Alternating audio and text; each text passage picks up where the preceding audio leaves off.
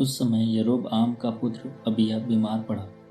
तब यरोबआम ने अपनी पत्नी से कहा, वेश बदल लो, जिससे कोई ये न जान पाए कि तुम यरोबआम की पत्नी हो, और शीलो चली जाओ। वहाँ नबी अहिय्याह रहता है, जिसने पहले मुझसे कहा था कि तुम इन लोगों के राजा बनोगे।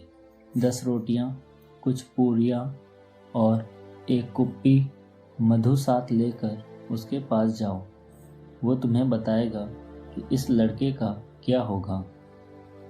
यरोबआम की पत्नी ने यही किया। वो चलकर शीलो में अहिय्याह के घर पहुंची। अहिय्याह नहीं देख सकता था, क्योंकि बुढ़ापे के कारण उसकी आंखों की ज्योति धुंधली पड़ गई थी। प्रभु ने अहिय्याह से कहा, देखो, यरोबआम की पत्नी अपने बीमार पुत्र के विषय में पूछने आ रही है। तुम उससे इस प्रकार कहना, वो आकर दूसरी स्त्री होने का स्वांग रचेगी। जब वो द्वार पर पहुंची और अहिय्याह ने उसके पैरों की आवाज़ सुनी, तो उसने उससे कहा, यरोबआम की पत्नी, अंदर आ जाओ। तुम दूसरी स्त्री होने का स्वांग क्यों रचती हो? मुझे तुमको बुरा समाचार सुनाना है।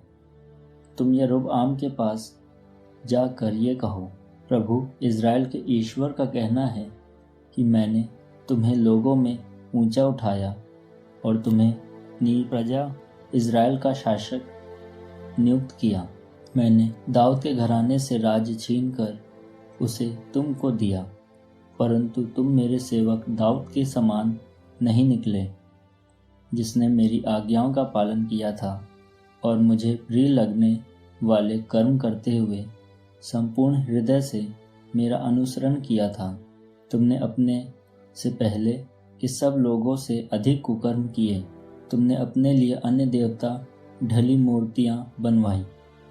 तुमने मुझे अप्रसन्न किया और मुझे त्याग दिया। इसलिए मैं यरोबआम के घराने पर विपत्तियां ढाऊंगा और इज़राइल में सब पुरुषों को, चाहे वे स्वतंत्र हो या दास, नष्ट करूंगा। मैं यरोबआम के घराने को वैसे ही भस्म कर डालूंगा जैसे कोई कंडे को जलाकर राख कर देता है। यरोबआम के घराने का जो कोई नगर में मरेगा उसे कुत्ते खा जाएंगे, और जो खुले मैदान में मरेगा उसे आकाश के पक्षी नोच कर खाएंगे। ये प्रभु की वाणी है। तुम अपने घर लौट जाओ।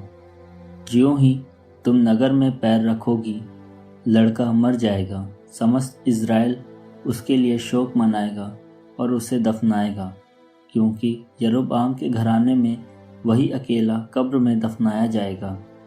कारण ये है कि यरोबआम के घराने में केवल उसमें ही कुछ ऐसा पाया गया है जो प्रभु इज़राइल के ईश्वर को अच्छा लगा है, और प्रभु इज़राइल पर एक ऐसा राजा नियुक्त करेगा जो आज ही यरोबआम के घराने को नष्ट कर देगा।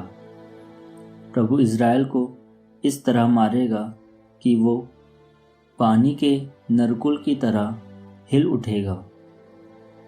वो इज़राइल को इस अच्छे देश से, जिसे उसने उसके पूर्वजों को दिया है, उखाड़कर फरात नदी के उस पार फेंक देगा, क्योंकि उसने अपने लिए अशेरा देवी के खूंटे बनवाए और प्रभु का क्रोध भड़काया। वो यरोबआम द्वारा किए गए पापों के कारण और उन पापों के कारण जो उसने इज़राइलियों से करवाए, इज़राइलियों को त्याग देगा। इसके बाद यरोबआम की पत्नी उठकर चली गई और तिर्सा पहुंची। वो घर की देहली पर पहुंची ही थी कि लड़का मर गया। सब इज़राइलियों ने उसे दफना दिया और उसके लिए शोक मनाया, जैसा कि प्रभु ने अपने सेवक नबी अहिय्याह द्वारा कहा था। यरोबआम का शेष इतिहास, उसके युद्ध और उसके शासन का वर्णन इज़राइल के राजाओं के इतिहास ग्रंथ में लिखा है। यरोबआम ने 22 वर्ष राज्य किया।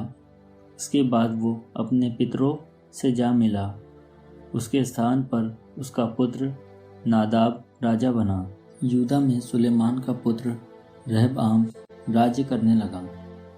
जब रहबाम राजा बना तो उसकी अवस्था 41 वर्ष थी। उसने यरूशलेम में 17 वर्ष शासन किया। उस नगर में जिसे प्रभु ने इज़राइल के सब वंशों में से अपने नाम की प्रतिष्ठा के लिए चुना था। उसकी माता का नाम नामा था। वो अम्मोनी जाति की थी। यूदा वंशियों ने वही काम किया जो प्रभु की दृष्टि में बुरा है।